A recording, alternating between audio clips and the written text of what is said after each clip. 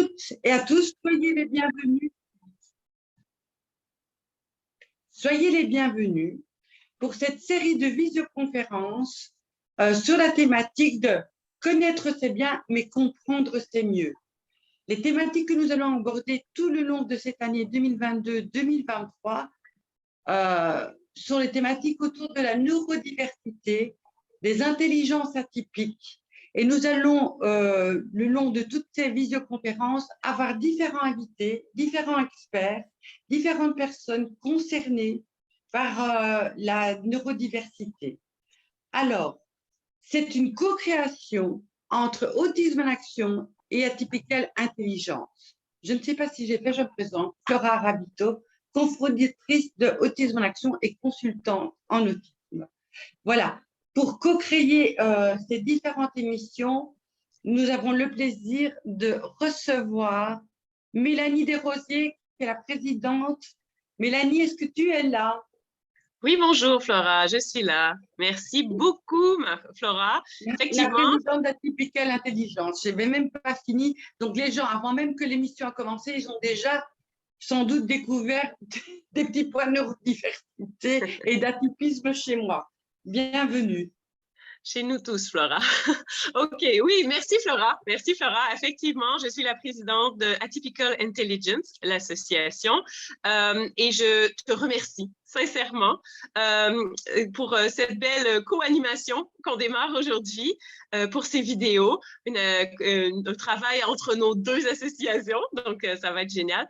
Je suis très heureuse de pouvoir collaborer et tout comme toi, la neurodiversité ainsi que comprendre les choses en général, c'est très important. On a tous les deux beaucoup en commun. Et surtout l'envie de donner la parole et de comprendre les personnes à l'intelligence atypique. Parfois, toutes les deux, on a peut-être des visions différentes, mais on est extrêmement complémentaires et c'est très riche de pouvoir collaborer ainsi. Le spectre de la neurodiversité est très, très large. Donc, je suis très heureuse qu'on lance ces vidéos pour permettre de comprendre les choses de manière simple et qu'on puisse les rendre accessibles à tous et faciles, tout ça. Donc, bon, maintenant, je pense que tout le monde a bien compris. Avec mon accent, je suis canadienne, québécoise. Ça fait plus de 10 ans maintenant que je suis en Belgique. Je suis la maman de 3 beaux enfants extraordinaires nés ici, 3 complètement différents et atypiques, oui. On navigue dans le TSA, l'hypersensibilité, le haut potentiel, donc on est vraiment une famille atypique. Donc, vous comprendrez bien ma soif en tant que maman de comprendre, mais également ma grande volonté de pouvoir passer au suivant. Ce que j'ai vécu, ce que j'aurais aimé avoir, et aussi que toutes ces personnes atypiques, dont mes enfants, puissent trouver leur place et leur bien-être, l'épanouissement dans la société. Et donc, aujourd'hui, nous démarrons notre première vidéo ensemble, Flora, avec un invité extraordinaire, avec des compétences inouïes. Et donc, nous avons choisi quelqu'un qui a aussi un super bel accent. Donc, je pense qu'ici, j'ai eu un petit faible aussi pour l'accent. Et Flora, je vais te laisser le présenter, tout simplement. Eh bien, pour cette première série de visioconférences, on a le grand honneur, le grand plaisir, la grande joie de recevoir Mathieu Giroux. Parce que Mathieu Giroux vit de l'autre côté de la Belgique, vraiment très loin, mais en même temps pas si loin que ça, au Québec. Et on a appris à le connaître à travers ces différentes interventions et tout. Et je souhaiterais partager avec vous ces connaissances. Alors, Mathieu, bonjour et merci d'avoir accepté notre invitation. Bonjour, ça me fait très plaisir de collaborer avec vos deux organisations pour cette série de vidéos.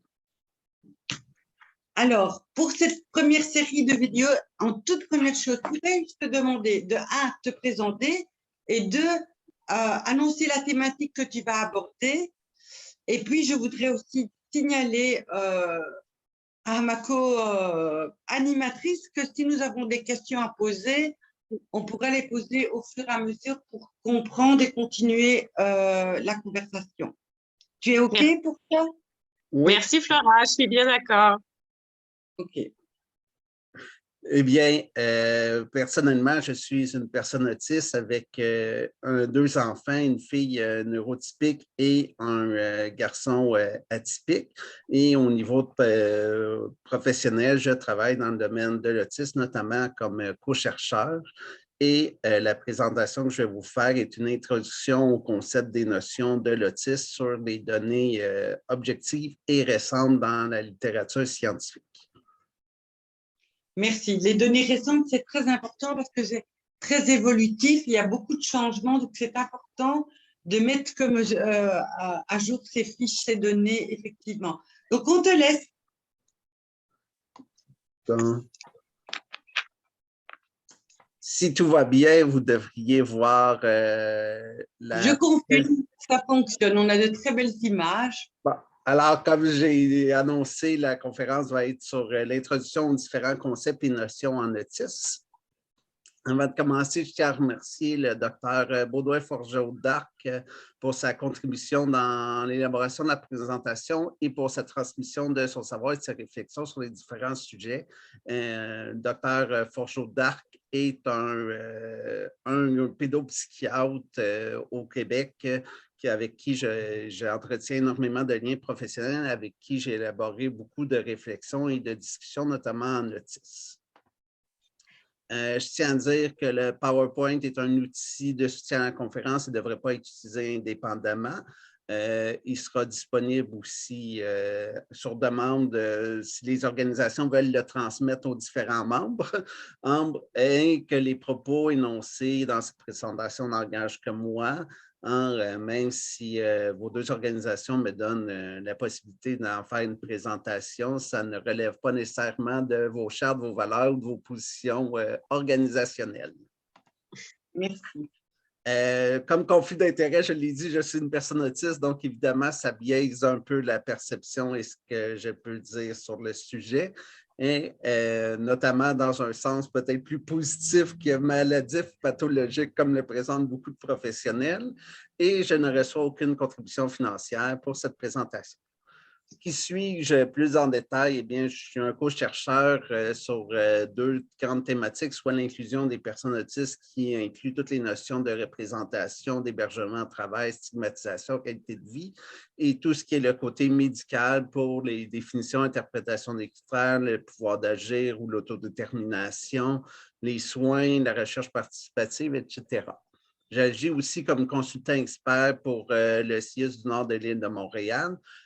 Pour référence, les CIUS, c'est des centres intégrés universitaires de soins en santé et services, c'est-à-dire que c'est des organisations de santé et de services au Québec qui regroupent notamment les hôpitaux, mais aussi toutes les universités qui sont dans la recherche médicale et tous les autres cliniques de services comme les centres de réadaptation ou les centres professionnels. Je suis patient partenaire au CHU de Sainte-Justine, qui est le centre hospitalier universitaire de Sainte-Justine, qui est le plus grand centre mère-enfant au Canada et un des 4 plus grands en Amérique du Nord, en incluant les États-Unis. Et dans le fond, c'est une hôpital surspécialisé dans le 0-18 ans. J'ai fait partie du comité formateur de l'ECHO troubles neurodéveloppementaux en santé mentale. L'ECHO étant une formation pour des professionnels en santé qui ne sont pas nécessairement des spécialistes sur cette notion-là. Donc, ce n'est pas des psychiatres, par exemple, à partir de cas cliniques que ceux-ci ont. Et le comité formateur fait une analyse de ces cas cliniques-là et des recommandations sur ces cas cliniques-là. Donc, autrement dit, je forme des professionnels en santé à partir de leurs cas cliniques sur lesquels je fais des recommandations afin d'apporter une vision différente ou des connaissances supplémentaires pour les aider dans leur intervention et leur soutien aux personnes qui ont des troubles neurodéveloppementaux et des conditions de santé mentale. Et sur le comité formateur, je suis la seule personne qui n'a aucune formation médicale au sens académique. Je suis membre du comité d'engagement communautaire du réseau de transformation des soins en autisme. La RTSA est un réseau qui regroupe une cinquantaine de chercheurs et une dizaine d'universités pour élaborer une vision différente sur les soins en autisme que celle qu'on connaît traditionnellement. Et le comité d'engagement a pour but de faire le lien entre la communauté autistique, qui sont les parents et les personnes autistes, et ce réseau-là. Et je suis évidemment conférencier et blogueur. Le plan de la présentation, je vais vous faire un bref résumé des 4 modèles en autisme qui, à mon sens, sont les plus répandus et courants. Je vais vous parler du DSM-5, qui est la base quand même du diagnostic en autisme, de la notion de la double empathie, et on va terminer avec la trajectoire développementale des personnes autistes. Le modèle médical, c'est-à-dire celui qui relève du DSM ou du CIM en Europe, est le défini comme un trouble neurodéveloppemental qui affecte 2 sphères, soit la communication et les relations, et tous les comportements stéréotypés, rituels, rigidités, intérêts et difficultés sensorielles. Ce modèle-là a une vision pathologique, c'est-à-dire que c'est un problème à guérir et à éliminer et qui nuit à la qualité de vie et au bien-être de la personne. Et ce problème-là relève de l'individu. C'est-à-dire que c'est l'individu qui a des difficultés, qui a une cause, qui a une problématique, qui a une différence. Et c'est sur lui qu'on doit intervenir pour changer la situation. C'est le modèle le plus utilisé et reconnu autant par les professionnels que par les différentes sociétés occidentales. Et celui-ci a été surtout élaboré et conçu et développé par 3 personnes principales, soit les Dr. Asperger et Kanner, qui sont les découvreurs de l'autisme, et le Dr. Wright, qui est la principale personne à avoir élaboré les critères du DSM-4, notamment toute la notion de déficience intellectuelle reliée à l'autisme et ces notions catégorielles-là qu'on avait avec l'édition 4 du DSM qui n'existe plus. Alors, pour préciser, beaucoup de gens savent ce que c'est, mais si on pouvait revenir et juste rappeler que le DSM ou le CIM est un peu l'équivalent de ce qu'on appelle, entre guillemets, la Bible de tout ce qui est la psychiatrie au niveau mondial. Et c'est un peu un recensement de toutes les maladies ou autres qu'il revoit régulièrement. Et que le DSM, le dernier, remonte à il y a quelques années quand même. Et que c'est tous les X années que c'est revu et validé. Oui, c'est ça. Le DSM est le manuel de diagnostic de la santé mentale fait par l'Association psychiatrique américaine. La dernière version remonte à 2013. Ils viennent de publier une version révisée il y a 1 mois, si je ne me trompe pas.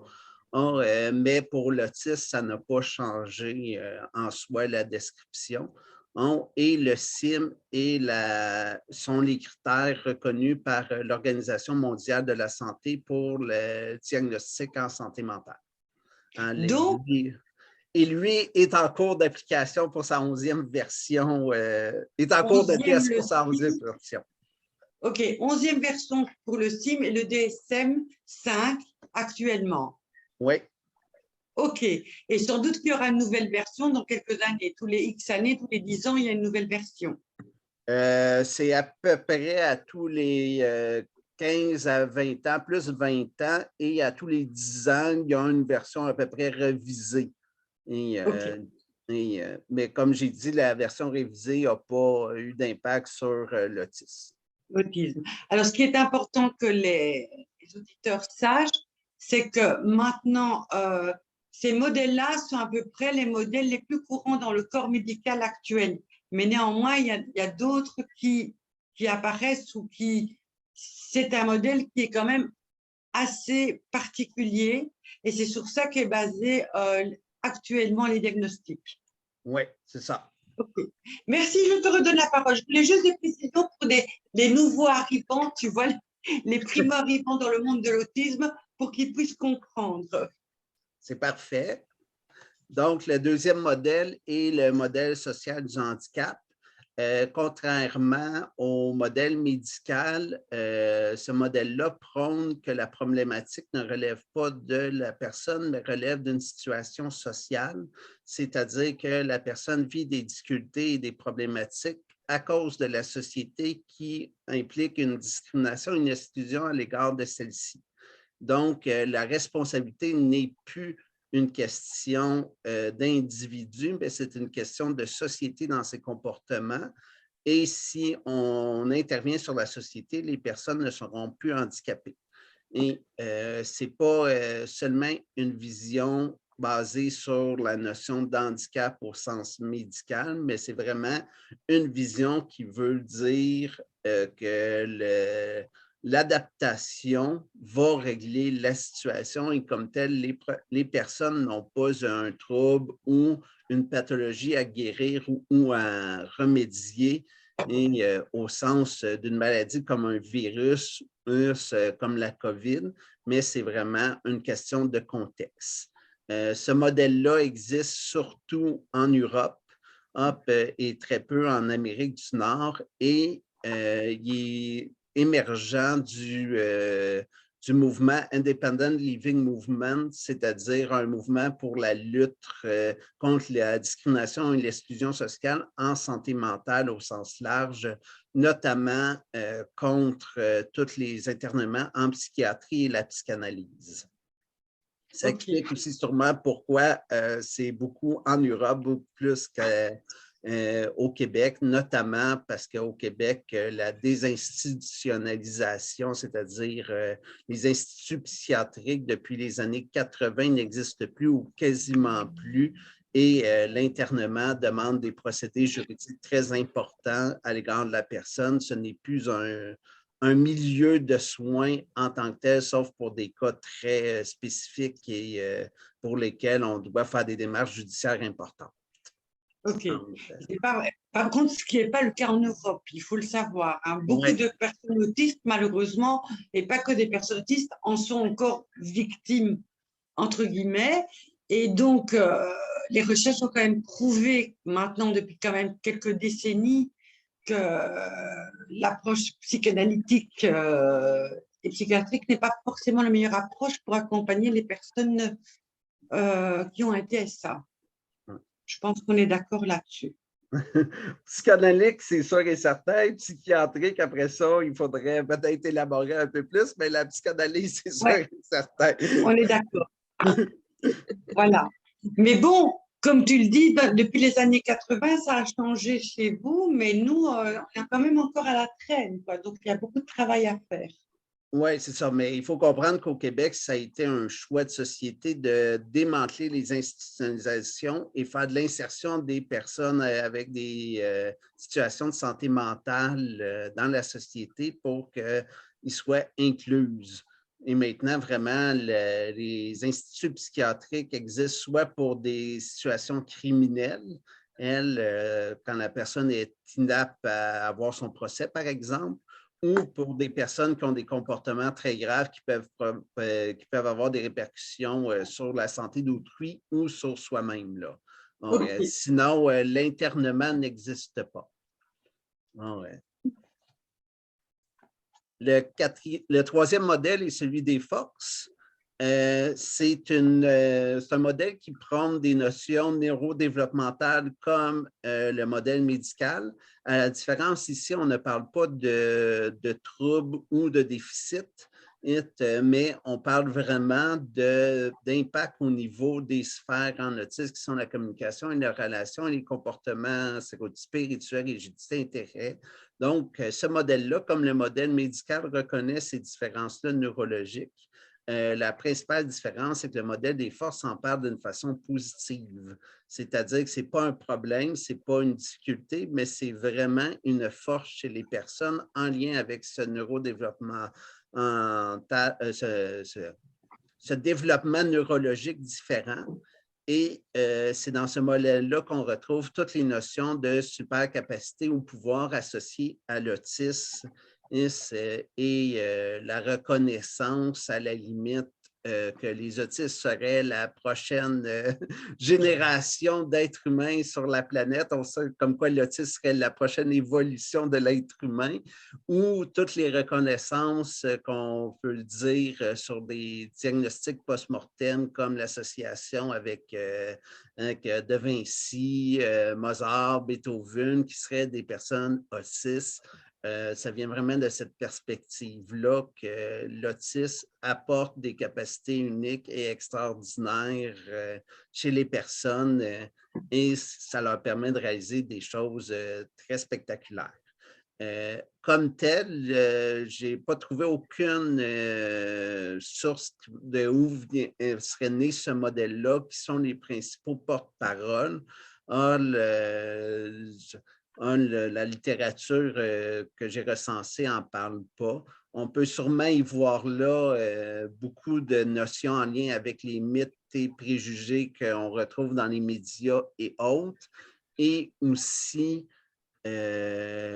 toutes les mix chez les personnes autistes, notamment quand ils ont d'autres conditions comme le syndrome du savant, qui amène réellement des capacités un peu plus extraordinaires que la norme ou une mémoire photographique très performante, et qui sont d'autres conditions qui n'ont pas nécessairement de lien avec l'autisme, mais qu'on retrouve chez quelques personnes autistes. Mathieu, c'est Mélanie. Est-ce que ça fait longtemps, ce modèle? Je veux dire, est-ce qu'on a vu l'émergence de ce modèle-là il y a longtemps ou c'est assez récent? Ça remonte, je dirais, que les écrits, moi, que j'ai trouvés... Oui, bien, les écrits, moi, que j'ai retrouvés qui sont un peu plus sérieux remontent peut-être aux années 90-2000. OK. D'accord. Mais il n'y a pas une littérature scientifique sur ça, il n'y a pas une littérature abondante. C'est vraiment plus ce qu'on appelle la littérature grise, c'est-à-dire c'est des écrits qui ne sont pas publiés dans des revues scientifiques, mais par du monde sur des blogs, des choses comme ça. D'accord. Ça vient beaucoup à que j'ai compris des parents ou vraiment de professionnels qui ont une vision très force de l'autisme, comme quoi c'est ça. C'est une idolation de l'autisme à la limite. Là. Mais c'est loin d'être un modèle qui est répandu et reconnu. Mais je trouvais important de le présenter parce que bien souvent, il est confondu avec la notion de neurodiversité ou avec des visions de certains chercheurs qui parlent que les autistes ont des forces dans certains domaines, mais ce n'est aucunement le modèle des forces qu'ils reprennent là. C'est pas forcément celle-là. OK. Mais ça existe depuis quand même pas mal d'années. Hein. Ça fait quand même plus de 20-30 ans qu'on entend un peu cette fameuse légende. C'est vraiment pas quelque chose de récent. Hein. Et je pense que si on voulait attribuer une émergence, je pense que ça vient surtout et avant tout avec le film Rayman, qui démontre un autiste avec, supposément une personne autiste parce que la vraie personne n'est pas autiste. La personne qui a servi de modèle pour le film n'est pas autiste. Et cette association avec les capacités et les pouvoirs viendrait sûrement de là. Merci beaucoup. Le modèle de la neurodiversité. Ce qu'il faut comprendre, c'est que la neurodiversité amène un changement de paradigme, c'est-à-dire qu'on ne parle plus d'une condition neurodéveloppementale, mais c'est que toutes les notions en lien avec les différences neurologiques devraient être traitées comme des conditions sociales au même titre que l'on parle au niveau social de l'orientation homosexuelle, de l'identité de genre, de la race, des croyances religieuses, des politiques, etc. Donc, on devrait sortir tout ce qui est notion neurologique d'un cadre médical pour l'amener dans un cadre social. C'est les fondements de la neurodiversité. Et là, ce qu'il faut comprendre, c'est que dans la neurodiversité, il y a énormément de paradigmes qui viennent avec ça. C'est-à-dire, quelles sont les implications, quels sont les fondements en lien avec ça, qu'est-ce qui doit être inclus, pas inclus, etc. Et là, contrairement aux autres modèles, ce n'est pas des théoriciens qui les élaborent, qui les réfléchissent, mais c'est les membres eux autres mêmes, c'est-à-dire les personnes qui croient à la neurodiversité, qui vont développer et réfléchir cette notion-là et créer les paradigmes au fur et à mesure. Donc, les paradigmes existent dans un contexte de société et c'est pour ça que lorsqu'on parle de neurodiversité, par exemple en Europe versus au Québec, il y a certaines différences, puisque les sociétés en tant que telles sont différentes. Au même titre que c'est pour ça que plusieurs personnes utilisent le terme neurodiversité avec des définitions différentes, parce que lorsqu'ils évoquent la neurodiversité, ils évoquent leur paradigme et non le concept général, et là, ce n'est pas spécifié. Donc, c'est pour ça qu'on retrouve autant de variétés dans les concepts de neurodiversité, c'est qu'on parle des paradigmes et non de la définition comme telle qui a été faite par Judy Singer, qui est la créatrice de ce concept-là et qui voulait vraiment qu'on fasse juste sortir les conditions neurologiques du modèle médical pour les amener dans un modèle social.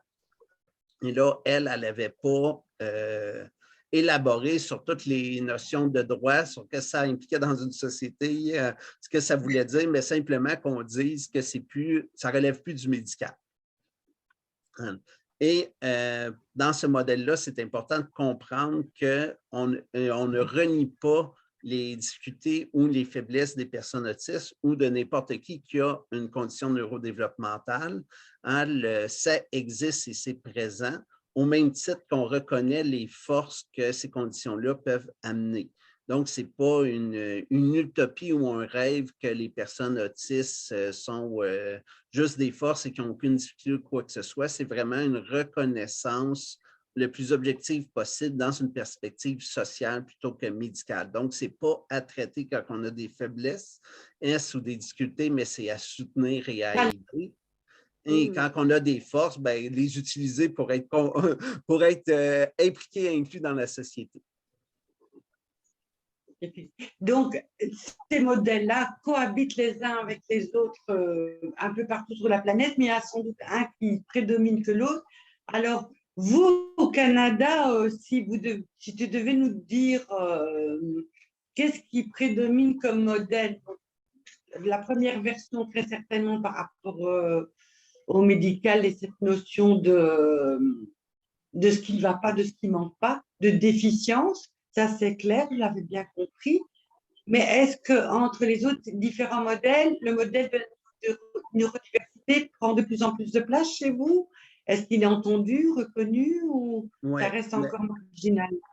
Dans le fond, il faut comprendre qu'en autisme, il y a un paradoxe, c'est-à-dire que la seule définition qui est à peu près universellement reconnue est celle de médicale, soit le DSM ou le CIM.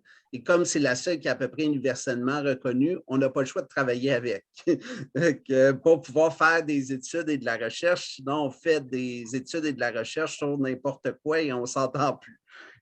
Donc, on est un peu dans une notion de poule et d'œuf. Par contre, de plus en plus au Québec, on aborde les notions en autisme dans une perspective de neurodiversité. C'est-à-dire que ce n'est plus quelque chose à guérir dans le sens que l'autisme n'est pas quelque chose qu'on guérit ou qu'on soigne, et que les personnes autistes peuvent être incluses, avoir une contribution, même s'ils ont des difficultés. Et on essaye aussi de plus en plus de bien séparer, c'est-à-dire l'impact pour la personne et sa qualité de vie en lien avec l'autisme versus toutes les autres conditions. Parce qu'il y a aussi ça qui a été longtemps fait, c'est-à-dire que l'autisme était la cause de tout. Et encore aujourd'hui, c'est très récurrent qu'on entend quelqu'un parler qu'il est autiste ou qu'elle a un enfant autiste, mais on n'entend jamais parler des autres diagnostics qu'elle peut avoir, qui eux aussi ont une influence sur les besoins et les difficultés de la personne. Alors, de plus en plus au Québec, on tente vraiment de redonner le pouvoir aux personnes autistes afin qu'ils soient dans une perspective de comprendre leur fonctionnement en lien avec l'autisme, mais aussi de prendre des décisions pour eux pour améliorer leur qualité de vie. Et, évidemment, ce n'est pas universel au Québec, là. C'est des notions qui sont en évolution, mais il y a des projets vraiment qui sont en cours dans ce sens-là, notamment pour faire des formations obligatoires pour les médecins spécialistes, peu importe la spécialité, pour qu'ils puissent intervenir le plus adéquatement possible avec des personnes autistes. Et en ce sens-là… Attends, est-ce que j'ai bien compris? Les médecins ont des formations obligatoires? Bien, dans leur cursus scolaire, les médecins ont des formations obligatoires, peu importe leur spécialisation. Et là, il y a en cours une formation sur l'autisme qui va devenir obligatoire pour les professionnels de la santé. Et pour justement éliminer la stigmatisation dans les soins notamment. Alors, il y a vraiment un développement qui se fait dans ce sens-là et dans cette perspective-là pour le Québec, hein, pour vraiment essayer d'avoir une approche beaucoup plus humaine que de traitement de maladies à guérir et à éliminer. Mais c'est excellent. Oui, mais il y a encore énormément de travail à faire, là. mais c'est à ce moment de la vidéo que tu te poses la question, mais qu'est-ce que je fais en Belgique en tant que Canadienne au Québec? La Belgique est merveilleuse, mais quand même, on se pose les questions. Non, c'est pas vrai, mais je trouve que c'est vraiment une super idée. Et est-ce que tu as une ordre de grandeur? Est-ce que c'est dans longtemps? Parce que c'est en train d'être mis en place, mais c'est quelque chose qui est quand même dans le… Comme je suis un des co-chercheurs dans le projet qui a été financé, ça va être d'ici 1 an, hein, que ça doit être mis en place. Après ça, il faut vraiment avoir les approbations au niveau académique, là. Oui. Fait que ça pourrait prolonger un peu le délai pour l'instauration. Mais en parallèle, il va y avoir aussi une formation qui est un MOOC qu'on appelle, une formation sur Internet, en lien avec ces notions-là de stigmatisation en autisme et de pouvoir d'agir, que n'importe qui va pouvoir visionner gratuitement, hein, qui va être beaucoup plus simple que la formation pour les spécialistes, pour les médecins spécialistes, mais qui va être accessible à n'importe quel professionnel et à n'importe qui aussi. Et ça va être d'ici 1 an. Mais c'est génial, je veux dire, de pouvoir se dire autant un dentiste que quelqu'un en garderie ou n'importe quoi peut aller vers quelque chose. Quand tu dis médecin, tu parles sur celle qui est plus complète, là, la formation vraiment aux médecins. Tu dis des médecins de toute spécialisation. Donc, on parle comme je dis, des dentistes, de toutes ces personnes aussi qui ne sont pas souvent en contact ou… Oui, c'est justement ça l'idée, c'est-à-dire qu'on veut que les différentes spécialités en médecine puissent avoir une formation de qualité sur l'autisme parce qu'ils ont énormément de chances de rencontrer une personne autiste. Et on ne veut pas que ça leur prenne non plus 10 ans à faire cette formation-là. Donc, c'est vraiment une formation une formation pratique adaptée par rapport à chaque professionnel sur un stage clinique, là. Et là, c'est ouvert à tous les professionnels et à tous les médecins spécialistes. Évidemment, il y a des spécialités qu'on espère arriver à recruter un peu plus, par exemple les urgentologues, ou comme les soins dentaires, les pédiatres, des choses comme ça. Évidemment, on espérait avoir des chirurgiens, mais on se doute qu'il y a un peu moins d'intérêt par rapport à ça, puisque leur intervention est un peu plus limitée, mais on le fait aussi dans une perspective qu'il pourrait avoir des chirurgiens qui travaillent dans des centres hospitaliers avec une grande clientèle autiste. Cette formation? Là, la formation, c'est vraiment une formation qui est donnée dans un contexte clinique de stage pour le médecin spécialiste et qui est adaptée selon son expérience et son parcours scolaire, qui font, dans le fond, en même temps que leur pratique clinique. Ce n'est pas un cours qui se veut en parallèle comme un cours scolaire, si on veut, traditionnel. C'est vraiment particulier à notre modèle de fonctionnement de de l'enseignement en médecine pour ce cadre-là. C'est un cadre très spécifique à notre fonctionnement, mais en gros, ça se fait dans un milieu clinique, comme un stage pendant la pratique du professionnel auquel il y a un encadrement par une équipe reconnue apte à donner cette formation-là. Et il y a une très petite formation théorique de quelques heures pour débuter, là. Excellent. Souhaitons que ça arrive en Belgique. Souhaitons-le, mais en tout cas, le MOOC va pouvoir s'y rendre rapidement. Après ça, ben, la formation, en théorie, pourrait être donnée n'importe où dans le monde. Il faut seulement démontrer que l'équipe qui fait la gestion de ça est apte à répondre aux exigences du cours. Mais c'est conçu pour que ça soit n'importe où dans le monde qui puisse donner ça. On va y réfléchir. Ça peut être un objectif que nous pourrions essayer d'atteindre ici en collaborant avec d'autres équipes, mais ça serait quelque chose de vraiment… S'il y a déjà un modèle qui est déjà fait au Canada, c'est formidable. Ouais. Donc, c'était la grande parenthèse. J'ai l'impression qu'on fait comme ça plein de cadeaux. C'est très agréable. Continuons, mes amis. Donc, je continue. Lorsqu'on parle d'une évaluation en santé mentale, il faut comprendre que le DSM ou le CIM est un dictionnaire. Ainsi, ce n'est pas un diagnostic qui est causal. Au contraire, il est non causal et il est descriptif. Contrairement à une notion de santé physique, où on a une cause qui engendre un symptôme A, un symptôme B, un symptôme C, et tous ces symptômes-là ont la même cause, la santé mentale, c'est l'inverse. C'est-à-dire qu'on a des manifestations A, B, C, et elles, et ces manifestations-là donnent un diagnostic. Autrement dit, quand on a un diagnostic à santé mentale, c'est qu'un professionnel a regardé notre fonctionnement et tous nos comportements qu'on a et il a décidé que cet ensemble-là de comportements et de manifestations-là répondait à la définition d'un diagnostic qu'on appelle autisme. Autrement dit, un diagnostic en santé mentale, c'est un terme plus simple que de nommer tous les critères un par un pour parler de la personne. Et là, on pourrait appeler autisme de n'importe quelle autre façon, ça ne change pas le fonctionnement de la personne et ce qu'elle est. On a juste décidé de décrire ça comme autisme, comme TDAH, comme trouble de personnalité, mais même si on changeait ces titres-là, ça ne changerait pas le fonctionnement de la personne. Alors que dans un diagnostic de santé physique, si on prend par exemple la COVID, peu importe qui a la COVID, les symptômes peuvent être très différents. Et si on change la cause, soit le virus de la COVID, les symptômes vont être très différents aussi.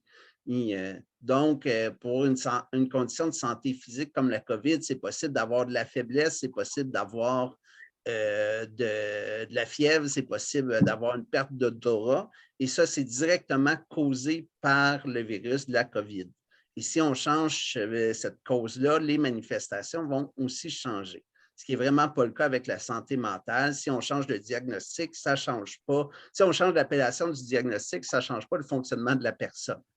Et il faut vraiment le comprendre comme ça quand on a un diagnostic en santé mentale, c'est qu'on a fait une description de ce qu'est la personne et comment qu'elle fonctionne et non une cause de ce qu'elle est qui a engendré des comportements et un fonctionnement.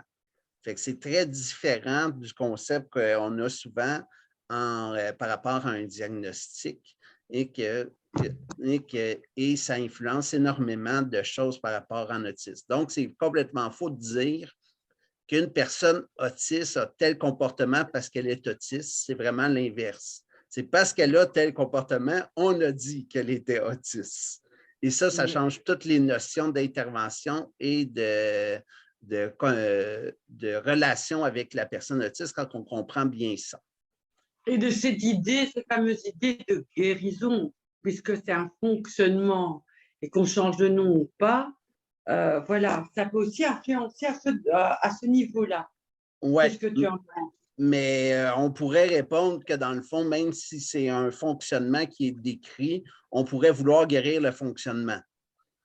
Hein, on pourrait vouloir intervenir sur le fonctionnement. Par exemple, la dépression est un diagnostic en santé mentale et donc descriptif, et ça n'empêche pas qu'on veut intervenir sur le fonctionnement neurologique dépressif. Oui, tout à fait, c'est judicieux. Attention. Donc, ce n'est pas parce que c'est un descriptif qu'il n'y a pas des motifs ou des raisons de vouloir intervenir sur le fonctionnement. Il faut juste comprendre que ce n'est pas causal. Fait que ce n'est pas le diagnostic qui engendre les manifestations, mais c'est la démonstration de ces manifestations-là qui ont amené à émettre le diagnostic. Oui, tout à fait. D'où l'importance lors d'une évaluation d'avoir les représentations des comportements de la personne et d'où le critère aussi de l'émergence des manifestations avec l'âge. L'âge présent dans énormément de critères diagnostiques. Le diagnostic différentiel qu'on fait pour faire une évaluation en autisme, ce n'est pas une liste de critères que l'on coche. Ce n'est pas, par exemple, comme la COVID, c'est-à-dire, tu as de la fièvre, tu as une perte d'odorat et tu as de la fatigue, donc c'est la COVID, checklist. Le diagnostic différentiel, c'est vraiment un processus d'élimination parmi toutes les possibilités qui existent au niveau de la santé mentale. Donc, quand on a une évaluation en santé mentale qui se base sur un diagnostic différentiel, le professionnel ou l'équipe a en tête tout le DSM.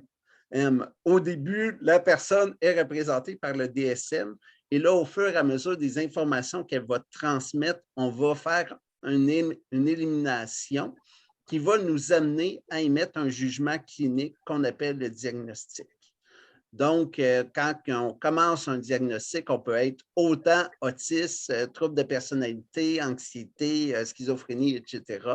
Et avec les informations qu'on fournit, les professionnels vont éliminer certains diagnostics parce qu'ils ne correspondent pas à la description. Et sur la base de leur jugement, ils vont retenir un ou plusieurs diagnostics avec la description qui a été faite. Autrement dit, le diagnostic différentiel, c'est vraiment un jugement par rapport aux informations qu'on a et ce n'est pas un test objectif. Même si on utilise des outils de diagnostic comme la DOS ou la DIR, si on prend la version révisée pour faire le diagnostic, ce n'est pas une démonstration objective. Il n'y a pas un test fixe en santé mentale pour dire cette personne-là a tel diagnostic. Et les outils sont énormément biaisés, autant en autisme que dans d'autres conditions, étant donné qu'on évalue des fonctionnements et que ces fonctionnements-là sont retrouvés dans plusieurs conditions. Par exemple, ce n'est pas rare d'avoir des personnes qui ont des scores plus élevés à la DOS ou à la DIR, mais qui ne sont pas autistes et qui ont d'autres conditions de santé mentale. Notamment, la DOS est extrêmement influencée par les troubles de personnalité et l'anxiété, même si la personne n'est pas autiste. Yes. Et c'est là que l'importance du jugement clinique interfère dans toute l'évaluation et où l'expertise a un grand rôle. Lorsqu'on émet un diagnostic. Et c'est notamment une des raisons pourquoi des fois il y a de l'errance diagnostique, c'est-à-dire que comme c'est un jugement basé sur les informations et l'expérience clinique, ce n'est pas quelque chose de précis à 100%. Et dépendamment comment le clinicien fait son interprétation des informations que vous lui fournissez ou des informations que vous ne fournissez pas, ça va influencer le diagnostic qu'il va émettre.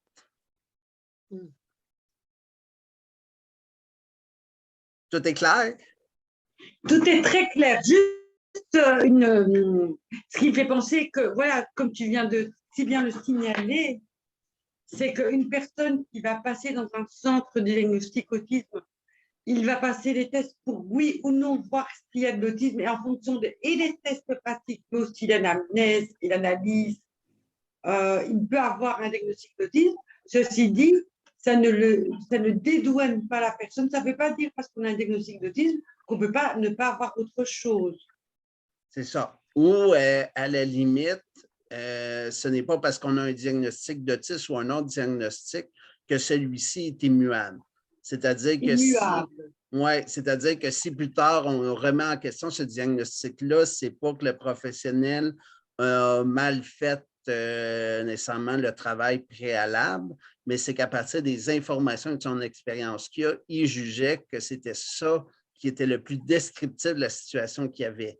Et là, ben, lorsqu'on ajoute des éléments, ben, c'est possible que ça change la description et le portrait, et là, ben, on change le diagnostic. Mais ça ne veut pas dire que le médecin précédent ou le nouveau a tort, c'est que les informations sont différentes et là, on ajuste avec les informations le diagnostic qu'on donne. Intéressant. Merci, merci, merci. Très intéressant.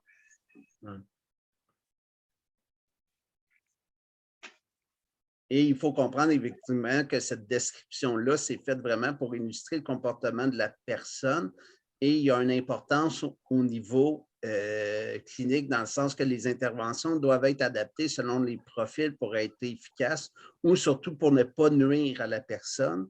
Et là, comme ça décrit un fonctionnement, l'idée, ce n'est pas de dire on veut te guérir ou pas, ou tu souffres plus ou pas, ou etc., mais vraiment d'illustrer de la meilleure façon possible comment la personne est dans ses actions et ses comportements.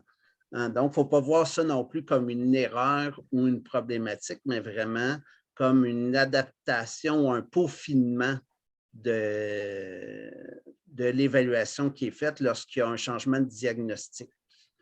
Et il ne faut pas hésiter non plus, quand c'est nous qui se faisons évaluer, à poser des questions pour bien comprendre les motifs et les raisons pourquoi un diagnostic est émis plutôt qu'un autre. C'est un droit du patient de comprendre le jugement clinique et de savoir pourquoi le professionnel retient cette hypothèse-là ou ne retient pas telle hypothèse-là. Donc, il ne faut pas se gêner non plus à demander objectivement c'est quoi qui définit ce choix-là et le professionnel doit être capable de le justifier. D'accord. Donc, pour les critères du diagnostic, et qu'évidemment, le but n'est pas ici de faire des professionnels en évaluation, mais simplement d'aborder, de bien donner une base à chacun sur les notions du diagnostic. Dans le DSM, on retrouve deux catégories. La première est l'altération de l'interaction sociale et de la communication, c'est-à-dire que ça affecte la communication. Et là, dans cela, on rentre toutes les notions de communication verbale, entre autres, mais aussi toutes les notions de communication non verbale. Hein, ça affecte la réciprocité socio-émotionnelle. Autrement dit, on ne sait pas comment réagir, on réagit de façon inadéquate. Hein, là-dedans rentrent toutes les notions, par exemple, d'empathie, de sympathie, de comportement social l'adéquat selon certaines normes. Là. Et il y a les relations sociales, c'est-à-dire les difficultés à avoir des relations avec autrui. Et là, qu'on parle au niveau professionnel, qu'on parle au niveau amical, qu'on parle au niveau de couple. Et ça, c'est un critère qui est très large et qui est sûrement très peu spécifique à l'autisme parce que ça relève de toutes les conditions de santé mentale ou presque. Hein, c'est-à-dire que les difficultés sociales sont présentes sûrement dans à peu près toutes les conditions de santé mentale qui existent au niveau de ça, d'avoir des relations. Et c'est sûr que quand tu as un fonctionnement différent, ben, ça complexifie les relations sociales, peu importe c'est quoi ce diagnostic-là. Ce qu'il faut comprendre, c'est qu'ici, on ne parle pas nécessairement d'une notion de faiblesse ou de difficulté, même si c'est ça qui est évoqué dans le DSM, mais c'est beaucoup plus une différence de fonctionnement. C'est-à-dire que les personnes autistes ont des relations sociales, ils ont de la réciprocité socio-émotionnelle et ils sont capables de communiquer, mais ils le font différemment. Et c'est cette différence-là qui amène des difficultés. Notamment, on peut se poser la question, est-ce que la solitude, c'est quelque chose de choisi ou de subi au niveau des relations sociales?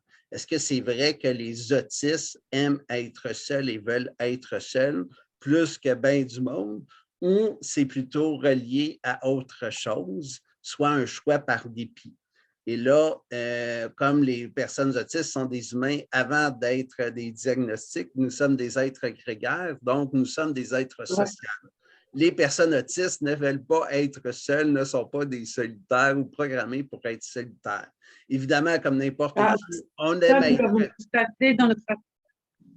Dans notre association, nous l'avons constaté, hein, on fait beaucoup d'activités pour les jeunes et surtout pour les adultes.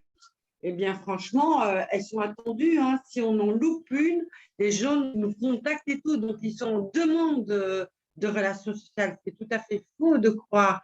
Je crois que oui, on a besoin parfois pour récupérer, pour la fiabilité et tout, d'avoir un peu plus d'isolement qu'une autre personne. Mais je pense qu'il n'y a aucune personne qui n'a pas envie de partager, de communiquer. Hein. Loin de là.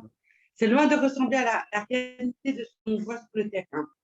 Oui, c'est ça. Donc, la solitude, des fois, peut être désirée comme n'importe qui veut être seul, mais elle est surtout subie soit par l'exclusion, la discrimination, hein, ou par la souffrance qu'engendre un environnement à l'égard des personnes autistes.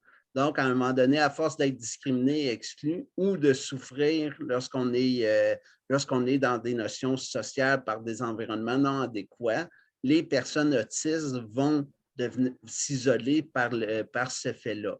Fait que dans le fond, la solitude n'est pas un choix, c'est-à-dire que les personnes autistes ne veulent pas être seules, mais elles deviennent des personnes seules pour éviter de souffrir.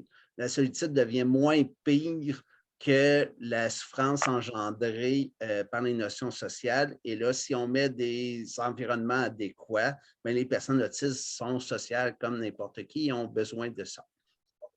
Hein? Finalement, quand on parle de communication, on oublie souvent que le langage, ce n'est pas de la communication. Parler et verbalement, ce n'est pas de la communication. Ce n'est qu'un outil. Ce n'est qu'un moyen pour interagir avec quelqu'un. Et donc, ça n'a aucun lien avec le fait de savoir communiquer ou pas. On a juste décidé, comme société et comme groupe d'humains, que le langage sera un moyen très pratique et fonctionnel pour faire de l'interaction entre nous, mais il y a plein d'autres moyens de communication qui existent. Et donc, un autiste qui ne parle pas ou qui a un retard dans l'utilisation de la communication verbale ne signifie pas qu'il ne communique pas. Et à l'inverse, ce n'est pas parce qu'on parle qu'on comprend et qu'on communique adéquatement. Donc, ce n'est pas parce que je fais une très belle conférence et que je parle très bien que je comprends nécessairement ce qui m'est dit. Parce que la communication ne révèle pas seulement du moyen utilisé, mais de plein d'autres facteurs. Et il ne faut pas oublier ça. Et une des preuves que l'on voit facilement chez les jeunes enfants autistes qui n'ont pas de communication verbale, c'est si on leur pose des questions, ils vont pouvoir répondre comme n'importe quel autre enfant de leur âge. Demander à un enfant autiste, mettons, de 2 ans et demi, là, as-tu soif, as-tu faim? Il va répondre de façon non verbale. Si on lui demande qu'est-ce que tu veux boire, bien, il y a bien des chances qu'il va aller dans le frigidaire puis chercher le pot de lait, le pot de jus ou se prendre un verre d'eau, là, je ne sais pas trop quoi, là, mais il va réagir par rapport à ça. Donc, il comprend ce qu'on lui dit, mais il n'utilise pas la communication verbale pour interagir. Il utilise d'autres moyens. Hein, et on le voit aussi avec plein d'autres outils comme les pictogrammes. Si on ne comprenait pas la communication, ça serait impossible d'utiliser les notions de pictogrammes pour interagir avec une personne autiste. Le deuxième critère est les comportements répétitifs, stéréotypés, intérêts restreints, etc., dans lequel on regroupe les notions de stéréotypie, c'est-à-dire tous les comportements autistes particuliers, que ce soit le flapping, le rocking, tous les gestes non verbaux, mais on rentre aussi là-dedans, par exemple, l'écholalie. On rentre les rituels et les rigidités et les intérêts restreints, qui est le terme utilisé, mais qui n'est pas nécessairement un terme que je trouve super intéressant. Ne croyant pas que nos intérêts sont restreints, mais à mon avis... Ils sont spécifiques, mais pas restreints. Ah, et Et même là, spécifique, on pourrait débattre. Moi, je préfère le terme focalisé et qui me semble beaucoup plus descriptif que spécifique. Et Les intérêts toutes les notions oui, sensorielles. Et là, ouais. ce qu'il faut comprendre avec le DSM, dans le second critère, il faut seulement 2 aspects sur 4 pour avoir le critère. Donc, en théorie, on pourrait avoir une personne autiste qui n'a pas d'intérêt et pas de stéréotypie et avoir quand même le diagnostic. Et que, évidemment, c'est une notion théorique parce que c'est quelque chose que je n'ai jamais rencontré dans la pratique, mais en théorie, ça existe des autistes qui n'auraient pas d'intérêt et de stéréotypie selon le diagnostic du DSM. Il faut bien comprendre que lorsqu'on parle des stéréotypies, on en parle souvent comme des comportements problématiques ou étranges, alors que c'est quelque chose qui a une fonction chez les personnes autistes. Comme n'importe qui, les personnes autistes ont des comportements parce que ça répond à un besoin ou que ça sert à quelque chose. On ne fait pas des choses inutiles et pour rien. Donc, ce n'est pas parce qu'on ne comprend pas que ça n'a aucune utilité. Et dans la majorité des cas, c'est pour communiquer une expression émotionnelle qui est souvent forte, que ce soit une émotion positive ou négative. Comme je dis souvent, ben, les autistes vont faire du flapping quand ils sont super heureux, puis les neurotypiques, eux, ils vont sauter de joie. Mais dans les 2 cas, c'est une stéréotypie associée à une condition neurodéveloppementale. Il me semble que c'est beaucoup moins dérangeant de battre des bras que de sauter littéralement dans les airs quand on est content, mais le DSM dit le contraire. Puisque dans un cas, c'est un problème, puis dans l'autre, ça ne l'est pas. Sinon, il ne faut pas oublier que l'écholalie, c'est souvent spécifique à l'autisme. On en parle dans l'autisme beaucoup, mais c'est quelque chose qui est universel à tous les humains. C'est le processus de base pour apprendre n'importe quelle langue.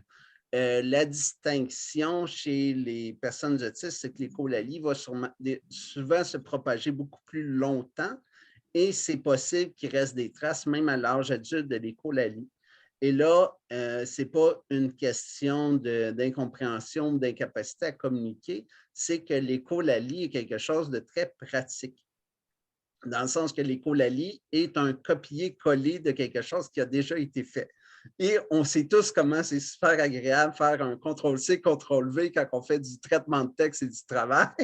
Donc, c'est le même principe pour la communication verbale. C'est beaucoup plus simple de faire un copier-coller de ce qui a été dit que de créer une phrase avec sujet, verbe, complément et encore pire si on inverse l'ordre, à se demander est-ce que c'est bien ce que je dis, est-ce que l'autre va comprendre? Donc, on utilise l'écholalie pour être plus productif, fonctionnel, et non dans un sens de problématique en soi ou de lacune au niveau du langage. Donc, ce n'est pas parce que ça semble bizarre que ça n'a aucune fonction. Les autistes font des choses parce que ça répond à un besoin. Ici, je vous mets une interprétation des critères par moi et le docteur Forgeau-Darc sur chaque sous-catégorie des critères A et B et dans une perspective d'un descriptif de fonctionnement.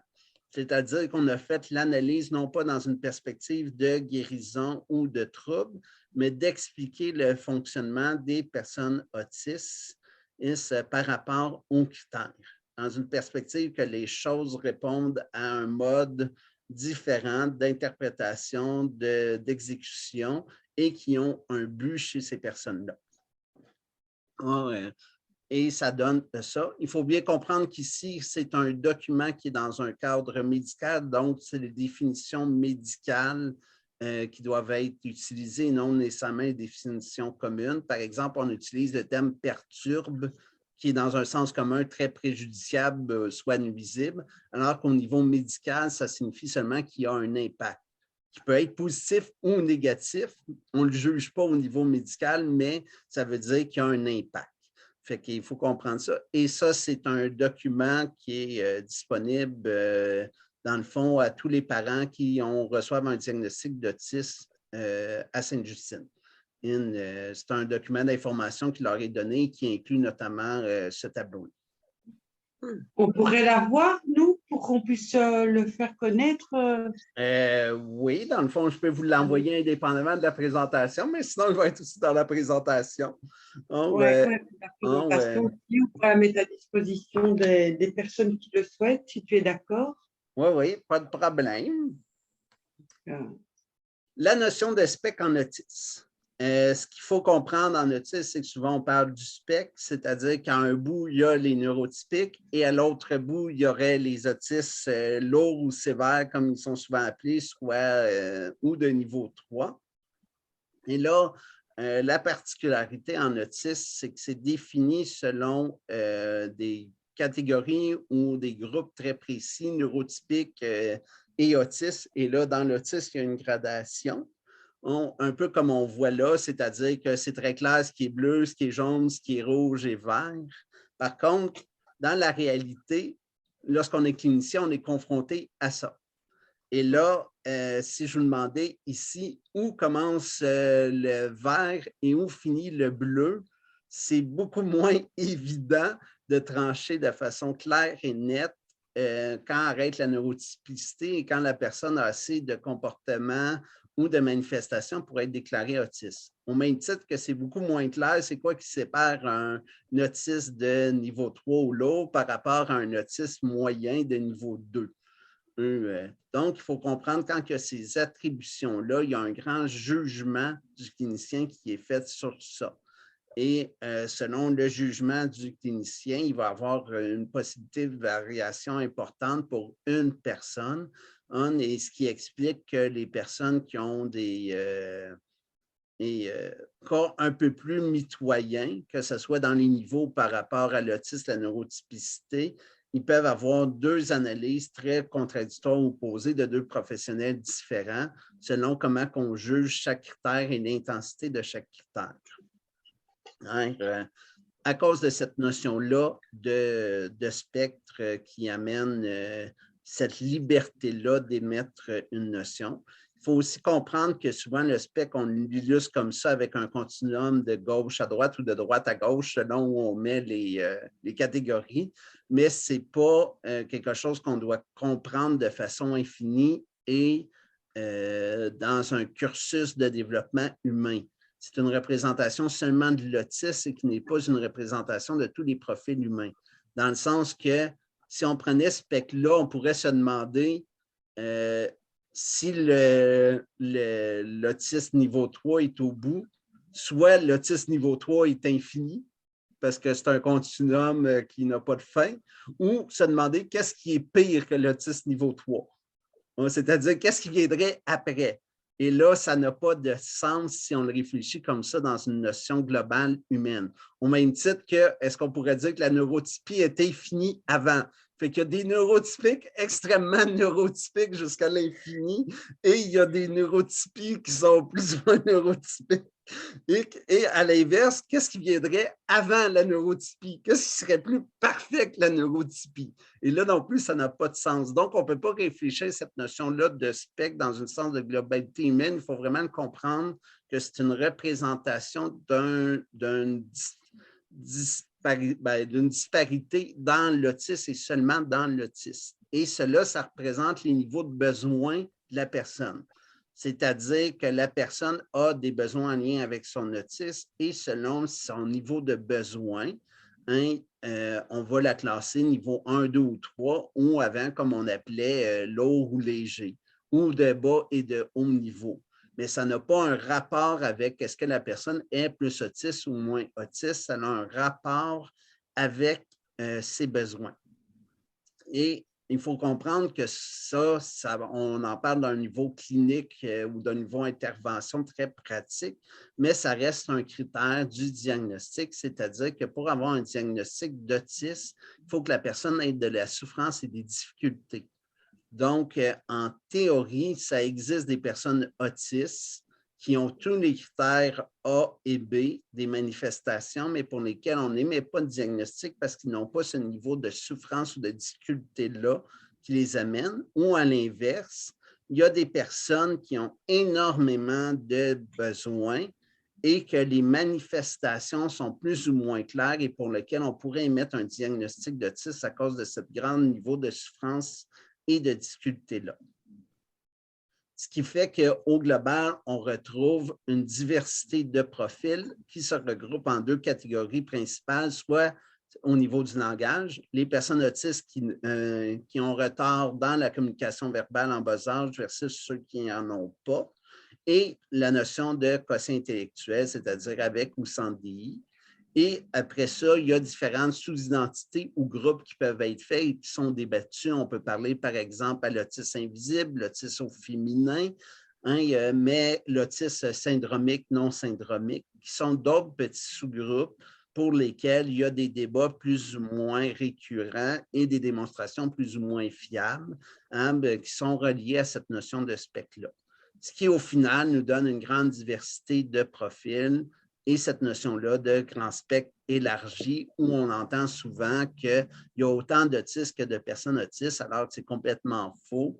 Il y a de l'autisme, c'est vrai, et chaque personne autiste est différente, mais au global, les personnes autistes ont tous le même autisme. Au même titre que ce n'est pas parce que toutes les personnes myopes sont différentes entre elles que la myopie est différente pour chacune d'elles.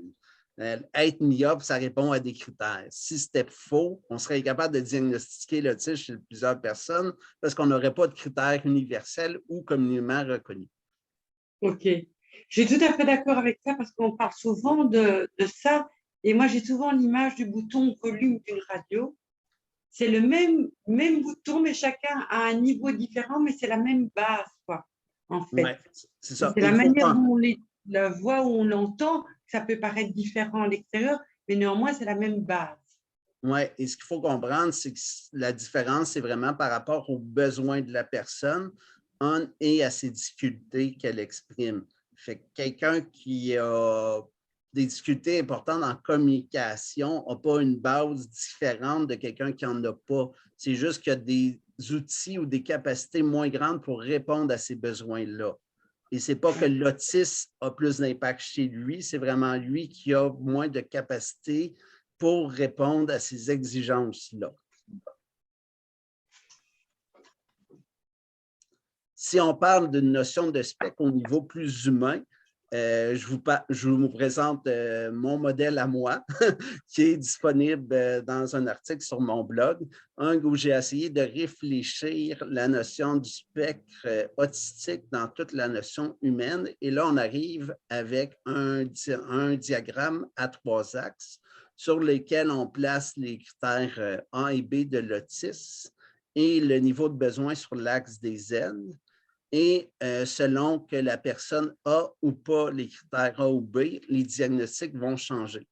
Donc, quelqu'un qui n'a aucun besoin et aucun critère en lien avec le A ou B va être en neurotypique dans le cadre 4, c'est-à-dire qui dépasse les notions de difficulté. Et à l'inverse, ben, il y a quelqu'un qui aurait juste des notions, par exemple, de relations communicationnelles, on pourrait le placer avec des comportements d'anxiété, de troubles de personnalité, etc. Ce n'est pas un modèle qui est réutilisé, qui est fonctionnel ou que j'ai vu ailleurs dans les sciences. Plusieurs psychiatres m'ont confirmé que c'était une approche intéressante pour réfléchir au niveau global humain, mais comme tel, ce n'est qu'une réflexion théorique, là. Mais c'est une représentation plus globale de si on voulait déplacer sur une notion de spectre toutes les conditions humaines qui existent pour les réfléchir entre elles, contrairement à la perspective linéaire précédente.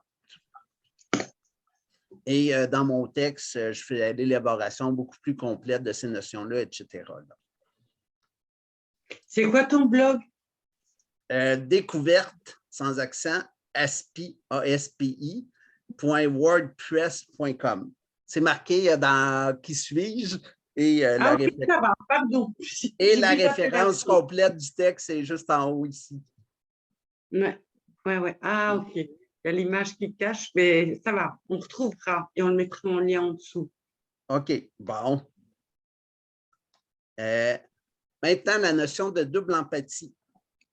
C'est une notion qui a été créée par le docteur Milton, qui est un psychologue et personne autiste, qui s'intéresse beaucoup aux notions de communication et de relations en autisme. Et lui, il a défini que la double empathie, c'était une question d'interaction qui est influencée, c'est-à-dire que l'interaction est plus ou moins réussie en fonction des différences entre les deux personnes qui font l'interaction, que ce n'est pas une question dans un sens unique, c'est-à-dire que ce n'est pas juste les personnes autistes ou un seul des acteurs qui a une influence, mais c'est bidirectionnel, c'est-à-dire que les problématiques viennent des deux individus en interaction ou de l'individu avec le groupe, et que ces difficultés-là et ces différences sont amplifiées par l'autisme à cause de la notion de communication de relations propre à l'autisme, mais aussi à cause de la notion de stigmatisation et de préjugés à l'égard de l'autisme. Autrement dit, la difficulté communicationnelle et relationnelle que les personnes vivent et que les personnes autistes vivent ne relève pas de l'autisme en soi exclusivement. Ce n'est pas les personnes autistes qui ont des difficultés à communiquer et à avoir des relations, mais c'est une problématique bidirectionnelle. Les personnes neurotypiques ont autant de difficultés que les personnes autistes à avoir des relations avec les personnes autistes. Ce n'est pas un ou l'autre qui est coupable de quoi que ce soit, c'est la différence entre les deux groupes qui amène cette complexité-là et ces difficultés-là. Et si les deux groupes étaient identiques, on n'aurait pas cette difficulté-là. Il faut comprendre que cette notion de double empathie-là existe en autisme et que c'est très amplifié en autisme, mais on le voit, par exemple, aussi avec d'autres groupes distincts. Par exemple, les hommes puis les femmes. C'est clair qu'ils ont des difficultés de communication, de relation. Et pourtant, autisme ou pas, ça n'a pas d'importance. C'est une question de différence de sexe, de société, de valeurs, de génétique, de biologie, etc. On pourrait aussi en parler au niveau des races qui ont des difficultés. Donc, en autisme, c'est la neurologie, mais il y a une particularité qui fait que l'autisme a un impact direct dans la communication et qu'il y a une grande notion de stigmatisation et de discrimination. En ce sens-là, je vous donne la citation de Weber qui explique très bien cette notion-là, c'est-à-dire entre ce que je pense, ce que je veux dire, ce que je crois dire, ce que je dis, ce que vous avez envie d'entendre, ce que vous entendez, ce que vous comprenez, il y a 10 possibilités qu'on ait des difficultés à communiquer. Autrement dit, c'est les deux acteurs qui ont une responsabilité dans une communication efficace et fonctionnelle. Et ce que je trouve merveilleux dans cette citation-là de Weber est la fin qui dit « Mais essayons quand même. Malgré une démonstration forte et relativement objective que c'est à peu près impossible de communiquer efficacement avec quelqu'un, étant donné toutes les erreurs possibles, il croit fortement qu'on doit le faire quand même parce que ça peut se réaliser et bien se faire. » En ce sens, je pense que c'est possible de très bien communiquer malgré des différences neurologiques entre neurotypiques et autistes, et ça vaut la peine d'essayer de le faire.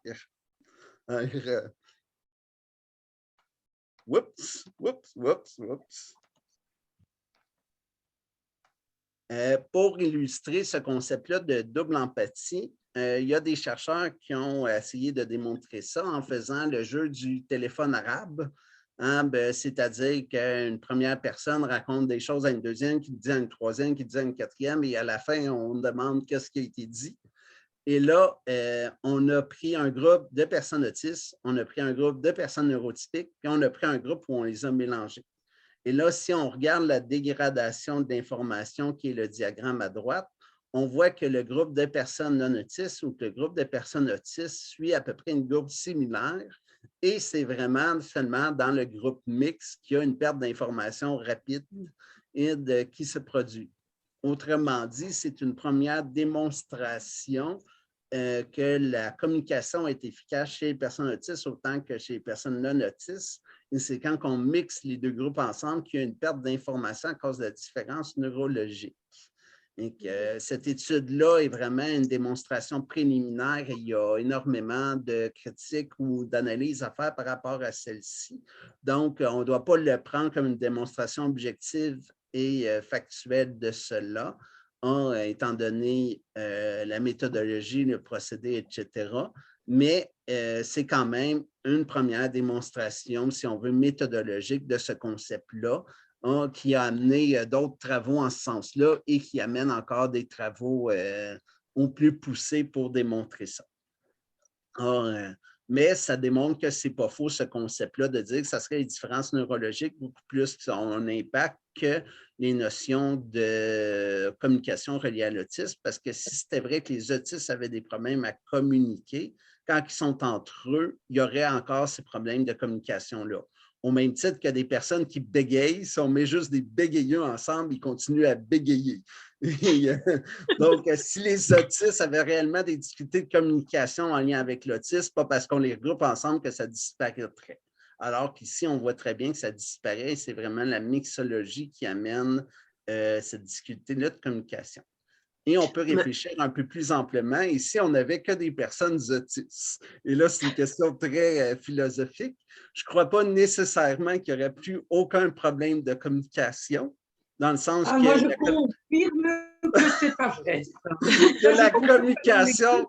Ah non, je m'assure, je venais faire vos statistiques chez nous. Je peux vous dire qu'il peut y avoir des problèmes de communication, même dans les groupes des personnes autistes. Hein. Ça arrive. Hein. Selon chacun son vécu, le mot a une définition. Et oh là là, on a des débats très chauds. Oui, donc c'est ça. Donc, on communiquerait peut-être plus efficacement, mais ça n'éliminerait pas les débats et les problématiques intrinsèques à la communication. On en aurait juste des différents selon les personnes et les individus parce qu'on est des personnes avant d'être des diagnostics. Excellent. C'est tout à fait vrai, ça. Finalement, le développement d'une personne autiste, ce qu'il faut comprendre, c'est que l'autisme, contrairement à énormément d'autres conditions, ne permet pas d'avoir un portrait futur de la personne. Par exemple, contrairement à une personne déficiente intellectuelle que l'on va diagnostiquer à 3 ou 4 ans, on va pouvoir dire qu'elle va ressembler à cela vers 18 ans et voilà comment elle devrait avoir un développement et à quoi sa vie va ressembler. Au même titre, par exemple, pour les personnes trisomiques, où on peut faire un portrait assez global d'une personne à l'âge adulte comparativement à son fonctionnement enfant. Dans le cas de l'autisme, ce n'est pas vrai, parce qu'il y a énormément de choses qui vont changer, mais il y a énormément de choses aussi qui vont rester. Et ce qui change et ce qui reste n'est pas défini ou n'est pas définissable en autisme, dans le sens que l'autisme va rester, mais à quel point les manifestations autistiques vont avoir des impacts dans la vie de la personne ou qu'elle va être apte à développer des outils personnels par rapport à ça, on est impossible de le prédire. Ce qui donne des trajectoires autistiques très variables selon les personnes, notamment entre autres avec l'environnement, le soutien, les capacités de la personne, ses intérêts, etc. Et ce qui va amener une très grande diversité, une imprévisibilité au niveau futur pour la personne autiste. Donc, même si on a des portraits généraux de population qui disent, par exemple, que très peu d'autistes ont un travail ou ont accès à l'emploi, ce qui est complètement vrai. On parle d'à peu près une personne sur 10 ou au Québec de 1 sur 8. Et, on est incapable de dire à partir d'un enfant de 3 ans, ben c'est vrai que tu as 9 chances sur 10 de ne pas travailler. Et ça ne s'applique pas à une personne autiste en bas âge parce qu'on est incapable de prévoir son développement et sa trajectoire. Fait que c'est doublement perturbant pour un parent ou même pour une personne autiste, mettons adolescent qui a un diagnostic, de dire « J'entends énormément de statistiques très préjudiciables, que ce soit en emploi, en santé mentale, en vie de couple, en autonomie, etc. Mais on est incapable de savoir si je vais représenter ça ou pas. » Et ça amène toutes les notions, par exemple, avec l'ICI, où on dit, ben, comme on ne le sait pas et qu'on n'est pas capable de le prévoir, on va tout faire pour pas que ça arrive. Et là, on peut avoir des comportements qui sont néfastes et extrêmes dans les interventions, dans ces choses-là, parce qu'on prétend qu'on va pouvoir le modifier. Et alors que ce n'est pas nécessairement vrai. Ben, Plutôt, c'est complètement faux que les interventions chez les personnes autistes ont des effets bénéfiques. Il n'y a aucune démonstration de ça, peu importe l'intervention. Ce n'est qu'une croyance parce que les personnes autistes, justement, se développent. Fait qu'on a l'impression qu'en faisant les interventions, on aide à développer la personne, bien, comme l'intervention se fait pendant 2 ou 3 ans et qu'un enfant de 3 à 5 ans évolue et se développe, bien, on associe ce développement-là à l'intervention, alors qu'on ignore complètement qu'un enfant, peu importe diagnostic ou pas, entre 3 et 5 ans, va beaucoup évoluer et changer. Et on n'a jamais comparé à savoir avec un groupe témoin. Bien, à vrai dire, il y a très peu d'études et toutes celles qui l'ont faites ont démontré qu'ils ont... Tu parles d'une méthode spécifique ou en général? Je parle de toutes les méthodes, que ce soit le ICI, ABA en anglais, que ce soit TEACH, que ce soit Floor Time, que ce soit les 3I, que ce soit Denver, peu importe la méthode, il n'y en a aucune qui a démontré objectivement avec un groupe de contrôle que ça a des effets positifs chez les personnes autistes. Et même vos voisins français ont tenté de faire l'ICI de façon optimum, c'est-à-dire dans un ratio de 1 pour 1, 40 heures par semaine avec un accès illimité en ressources, que ce soit de soutien au matériel, pendant 5 ans. Ça a permis de le faire avec un peu plus de 500 personnes autistes et le résultat final, c'est 3 % de réussite. Autrement dit, aucun effet. Ouais, aucun effet, même dans des conditions idéales, avec des thérapeutes formés dans un 1 pour 1, 40 heures par semaine, sans restriction de ressources, ils arrivent à 3 %. Et donc, il y avait un groupe témoin et un groupe... Oui, ils ont évalué, ils ont testé, ils ont tout, et là, ils arrivent avec 3 % d'effets bénéfiques. Ce qui veut dire, dans la marge d'erreur de n'importe quelle statistique évaluation, autrement dit, il n'y a aucun effet. Eh bien. Je suis un peu surprise de cette conclusion, Mathieu, en fait, ouais. J'ai l'impression que... Là, on n'est pas d'accord, toi et moi. Moi, je ne suis pas surprise du tout. Je suis heureuse qu'il y ait des chiffres qui montrent ça. Mais je veux dire, quand... On pourra faire une autre présentation sur ces notions-là dans la liste des interventions. C'est un débat. C'est un débat.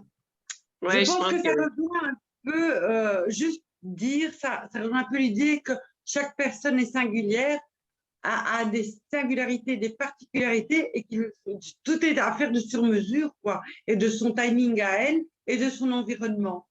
Ouais. Mais il n'y a pas effectivement la ou the méthode extraordinaire qui fait des miracles. Ouais. Ça, je suis d'accord. Ce qu'il faut bien comprendre dans mes propos, c'est que je ne suis pas en train de dire que de rien faire avec une personne autiste n'aura pas d'impact. C'est-à-dire qu'être un parent et favoriser le développement de son enfant, c'est bon pour n'importe quel enfant et ça a un impact. Ce que je suis en train de dire, c'est que les interventions spécifiques pour les personnes autistes, telles que le ICI, ces choses-là, n'ont aucun impact supplémentaire que n'importe quelle intervention que fait n'importe quel parent sans cadre spécifique, sans quoi que ce soit. C'est-à-dire qu'un parent qui joue son rôle de parent auprès d'une personne autiste a autant d'impact que n'importe quelle intervention spécialisée. Ah oui, là, je comprends. C'est beaucoup plus clair. Oui, effectivement. Là, je pense que je suis d'accord parce que ce n'est pas les méthodes, mais vraiment toute la bienveillance, tout ce que tu lui apportes de positif, tous les outils et aussi toute la patience parce que, comme vous le dites, à chacun évolue à sa vitesse propre. Ouais. Et donc, tu peux seulement donner des outils pour le laisser se développer, tout simplement. Et donc là, ça soulève toute la question, pourquoi investir à peu près 60 000 par enfant par année pour une intervention comme le ICI si ça ne donne absolument rien de plus?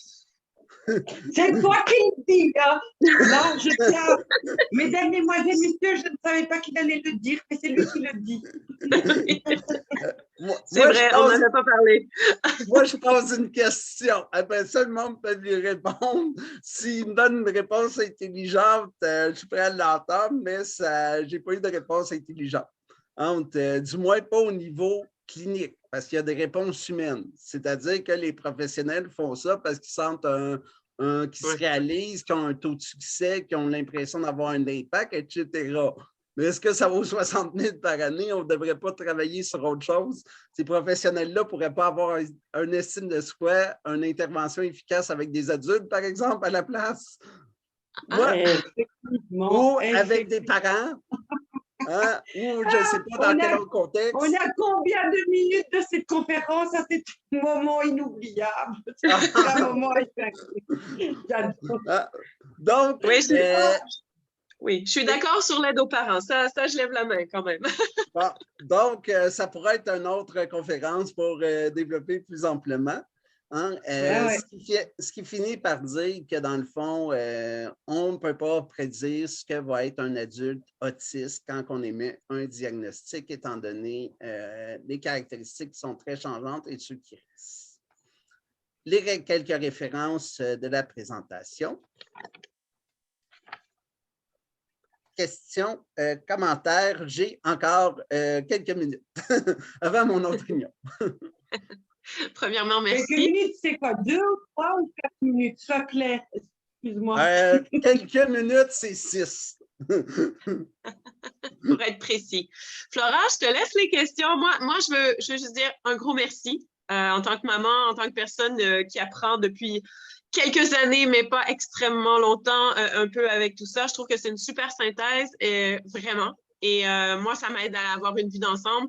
Et en tant que parent, je trouve qu'on est souvent porté à, malheureusement, lire un peu trop tout et n'importe quoi un peu partout parce qu'on a l'impression qu'il faut se former à l'extrême parce qu'on a un manque de soutien spécifique aux parents, je trouve. Mais donc, merci. Merci énormément. Je trouve que c'est vraiment, vraiment génial de pouvoir avoir quelque chose vu d'ensemble et j'espère vraiment voir les prochains. Mais là, c'est obligé, hein? C'est obligé. Là, il a soulevé un livre, on est obligé de le suivre. Donc, moi, je rejoins notre amie Mélanie Desrosiers pour te remercier. Mais avant tout, moi, je tenais à attirer l'attention des uns des autres. Beaucoup de gens donnent des conférences, beaucoup de gens expliquent, et avec brio. Hein. Mais là, dans ton explication, on voit quand même toute la splendeur du fonctionnement autistique. On voit la précision, la modulation, le tac, tac, tac, tac, tac, tout le schéma, tout le truc. On voit presque en vision, au fur et à mesure, on voit la richesse de ce que c'est qu'une intelligence atypique et le cadeau que ça peut être pour tous, pour toutes et tous. Donc voilà, c'était... merci d'être qui tu es. Vraiment du fond du cœur, quel cadeau. C'est très agréable. Qu'est-ce que j'allais dire? Par contre, rendez-vous pour les prochains parce qu'il y a 2-3 choses que je souhaiterais qu'on redéveloppe par la suite. Donc, on peut d'ores et déjà dire à ceux qui nous regardent et qui nous écoutent, tu es tout à fait d'accord, hein, Mathieu, pour des prochains épisodes où tu vas toi-même choisir les thématiques. Mais n'hésitez pas, si c'est les thématiques que vous souhaitez aborder, de nous écrire à notre adresse mail ci-dessous, de nous envoyer et de faire des suggestions ou des questions. On aura l'occasion de faire des échanges avec Mathieu. Et surtout, ce qui est très important, c'est de savoir qu'au bout de ces quelques conférences, on va organiser une rencontre virtuelle avec tout le monde, ou au bout de ces X vidéos, je ne sais plus combien on avait prévu, 6 ou 8, je ne compte plus, quand on aime, on ne compte plus. Donc voilà, l'idée, ça serait que, suite à ce que vous l'ayez vu, on puisse organiser une rencontre où là, on pose vraiment des questions par rapport aux thématiques qu'on aurait abordées. Un grand merci, je sais que tu as encore d'autres réunions après nous. À très bientôt. Ça fut un plaisir et on se reparle pour d'autres questions polémiques et sans trop faire de divulgachage des prochaines thématiques. D'accord. On laisse au fur et à mesure la surprise pour toutes et tous. Au revoir, merci. Merci Mélanie. Merci à toi, Flora. Merci Mathieu. Très belle journée à tous. Bye. Au revoir.